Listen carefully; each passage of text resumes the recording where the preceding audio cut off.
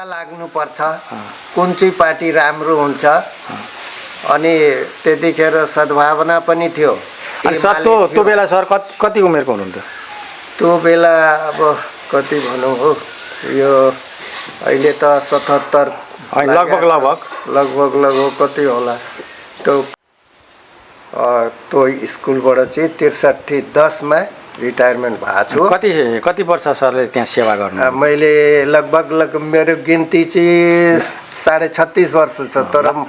तर चाहिँ म 37.5 वर्ष त्यो विद्यालयमा चाहिँ शिक्षण पेसामा बसेर बल्ल चाहिँ रिटायरमेन्ट पाएको छु। अनि सर त्यति लामो समयसम्म शिक्षण पेसामा गर्नुभयो, राजनीतिक पेसा पनि त सँगसँगै लानुभयो। 63 पछि जब रिटायरमेन्ट भए आमोद प्रसाद उपाध्यायले तपाईँलाई चाहिँ क्षेत्रीय सभापति बन्नै पर्छ भने उनको आग्रह र रिक्वेस्टमा क्षेत्रीय सभापति यो समेत 3 कार्यकाल हुँदैछ। र पछि फेरि पार्टीले पनि मलाई चाहिँ के अरे एउटा इमान्दार कर्मठ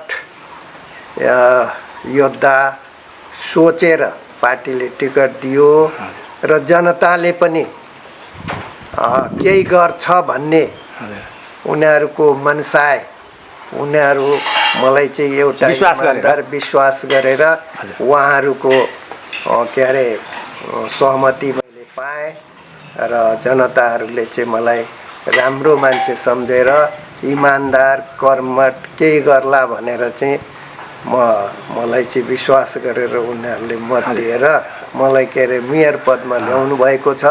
त्यस उसले गर्दा जनताहरूलाई चाहिँ म आफ्नो व्यक्तिगत तर्फबाट त्यतिखेर पनि के अरे धन्यवाद दिएको थिएँ र आज पनि तपाईँको च्यानलको मार्फत चाहिँ धन्यवाद दिँदैछु। पनि छन् दलित आदिवासी जनजाति सबै हामी चाहिँ विपन्न छौँ र अन्त गएर हामीले इलाज गर्नुपर्छ। कुनै व्यक्तिसँग पैसा हुन्छ, कुनै व्यक्तिसँग पैसा हुँदैन। त्यो अवस्थामा चाहिँ नगर अस्पताल बनाउनु पर्छ भन्ने मेरो पहिल्यै योजना थियो। सबभन्दा पहिलो मैले चाहिँ स्वास्थ्यमा ध्यान दिनुपर्छ र त्यस पछाडि के अरे शिक्षामा, कृषिमा, पूर्वाधारमा ध्यान दिनुपर्छ। अति आवश्यक मैले के अरे स्वास्थ्यलाई ठानेर स्वास्थ्यलाई चाहिँ नगर अस्पतालको रूपमा परिणत गरेका छौँ र 18 करोडको भवन पनि सम्पन्न भइसकेको छ। उद्घाटन नजिकै हुनेवाला छ।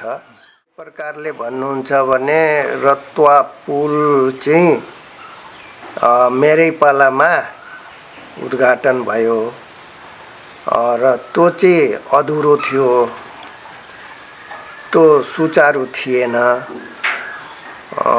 एक पटक डाक्टर मिनेन्द्र रिजाल उहाँ चाहिँ के अरे रक्षा मन्त्री जब हुनुभयो त्यतिखेर चाहिँ आएर उहाँको पहलमा